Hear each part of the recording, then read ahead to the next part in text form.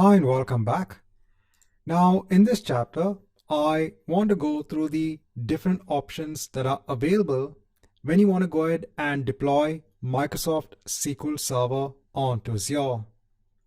So the first option that you have is to go ahead and use infrastructure as a service, where you can go ahead and deploy Microsoft SQL Server on an Azure virtual machine.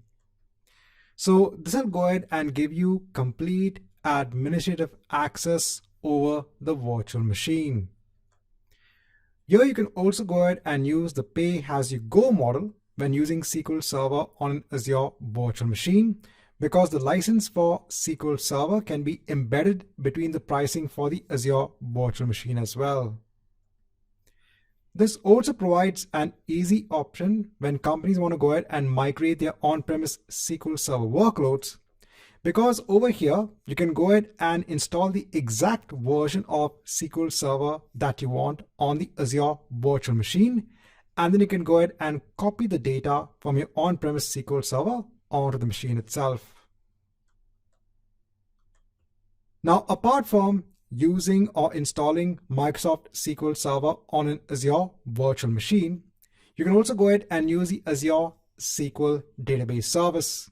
So this is the platform as a service that is available in Azure. Here the underlying compute infrastructure is managed completely by Azure. Here you get an SLA, so you have high availability. And with Azure SQL Database Service, you can also go ahead and choose from a variety of pricing tiers.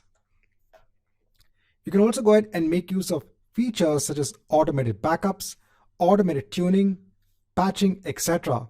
So if you go ahead and choose an Azure virtual machine to host your SQL Server workloads, remember you are responsible for the high availability of the entire workload. You will also be responsible for the aspects such as the backup of the database itself and other features as well. Over here, you have this available within the Azure SQL database itself. Now, apart from this, you have another option that's known as Azure SQL Managed Instance. Now, this is an ideal option also for migrating existing SQL Server workloads onto Azure. Now, SQL Managed Instance has near 100% compatibility with the latest SQL Server, that's the Enterprise Edition database engine. Here you also get native virtual network integration. And you can also go ahead and use hybrid benefits to use your own licenses to save on costs.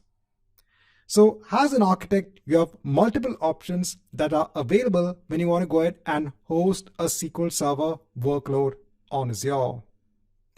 Right, so this marks the end of this chapter.